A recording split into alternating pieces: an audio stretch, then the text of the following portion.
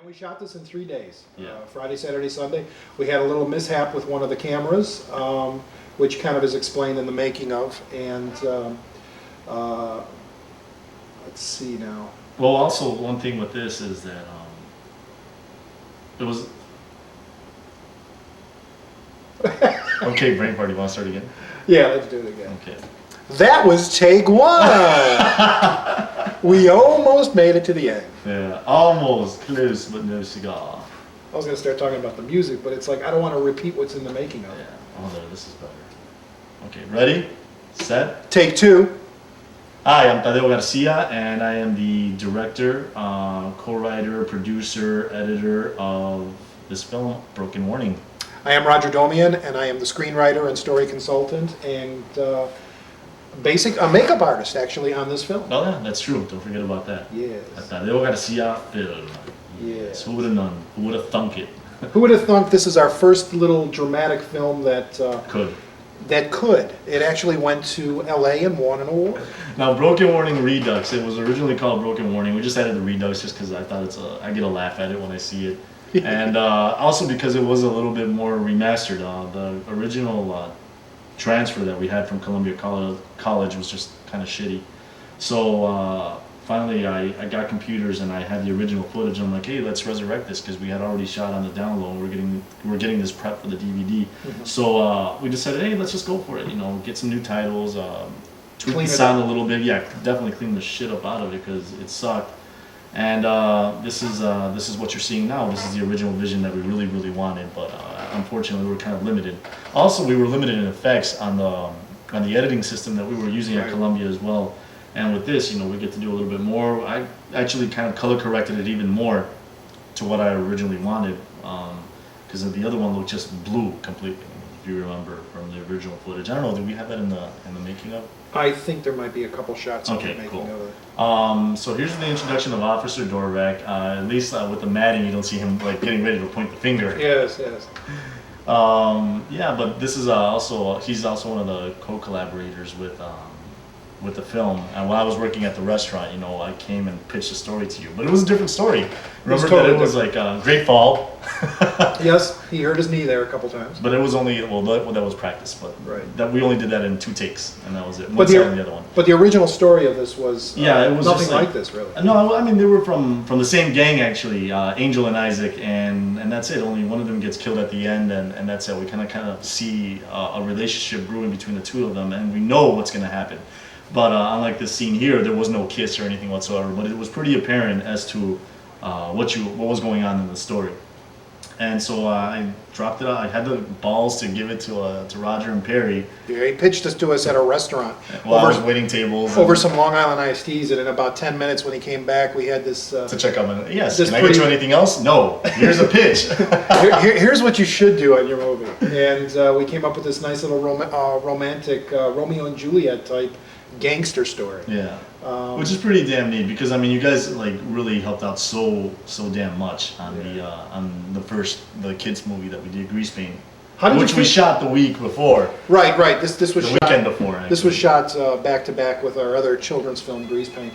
Well, let's talk about the actors a little bit. This is Eddie Pina. He plays Isaac. I met him through auditions. I had to post some audition notices at Columbia College because I was doing the short film. And this was my short color film. Actually, this was something that I had written like back in 1999, and then we shot this in, what was it, 2000? 2000. Mm-hmm. Yeah, like this was written my first summer semester, and then I pitched it to you guys. But you know, Eddie was great. I had like 4 different guys, and you know, I really enjoyed his monologue, and he got the part. And this is that was actually Maximino Arciniega Jr., and he plays the part of Angel. Man, now that kid, you know, when he first auditioned for it, I mean, I didn't tell him right away, but I'm like, thought in my mind, you got the part already. Yeah. You know, I gave him a call later on that day, but each one of them like had like a little, kind of like a paragraph about me as a filmmaker and what I do. And you know, this was a controversial film. How did they feel about doing controversial projects? And they both said that it was something that's needed to get people thinking a little bit more. So. You know, sure enough, they enjoyed it. Also to show the element that to break the stereotype of gay people. And break the stereotype a little bit of gangbangers. Of gangbangers, to kind of open up a little secret of what's And not going everything on. is what it seems. Just to Right. make the point, not everything is always what it seems. And I'm pretty sure that's a theme that's been done in a lot of movies. But again, we use the same theme, and we did it. Now here's a really cold night. Oh yeah, this was that we very did. freezing. One more thing, real quick, is Max is quite talented. The song you're hearing in the background in the party, that was a song. Oh, hip hop is living me. That was a song that Max actually performed and created for us. No, actually, he already had it, but he let us use it, so he it let was us really use it. cool. Right. But yes, it was a very cold night. Like Tadio says, this was the second weekend after we finished the grease paint short. And actually, the day before, this was done on a Friday, and the day before it was like 70 degrees. My DP's like, it's gonna be cold. Can we shoot it indoors? I'm like, hell no, that's impossible. You can't shoot it indoors. And I mean, I'm like thinking Chicago weather, you know, sometimes it's not what it seems, but no, dude, it dropped, snow flurries everywhere. I was like, oh my god. But I mean, luckily, I was on such a creative rush. I didn't really care too much about it. I didn't feel the cold. Right. But I mean, it took 3 days to shoot the project. One Friday night, Saturday all day, and then Sunday during the day. You know, actually it was, you know, if you sum it up, it's like 2 days. Right. Kind of, sort of, but you know, you get the picture of what's going on. This is Alvaro Carrasco. He plays Reaper. He's just a friend. He had the look, so I told him, I was like, hey, come on. He was Gave him one of the the youth groups from the church that I was attending at the time, and I told him, would you like to do this? No, none of these guys have ever seen the movie at all either, with the exception To this of day? no, Really? just Max and Eddie are the only ones who've seen it, and then us, of course, but they've never seen it. While we were putting this movie together, I was in communications with a 13-year-old kid out in California who was a composer. Yes. And he started sending me some samples, and he actually became the composer to the score of Broken Warning, as well as our On The Downlow feature. Extremely talented kid, Gregory Martin. And like I said, he composed the score to us. He really surprised us, and it really, really enhances the film. Oh, big time, man. And this nice little slow motion shot that Michel Gangenois shot. He's the DP of the movie. Does really good work. I hope you guys didn't notice that little red thing in the gun. You shouldn't have told him. Oh, okay. Never mind. Any crap. Here you'll get to see a little bit of my gory, bloody makeup, beat up Angel. But was there any... The beat up is brought to you in part of Roger Doman. His beautiful creative work. Yes. I think in the original, wasn't it in the original idea we were going to have both of them get killed or something? Something like that. He was going to It shoot was so Angel. long ago. But yeah, and we thought by leaving Angel alive would add a little more question and give people something to talk about when they left. And also, I mean, one thing is we couldn't do too much dialogue either because Right. it was a post-sync sound film. Normally, movies are shot with sound and picture at the same time.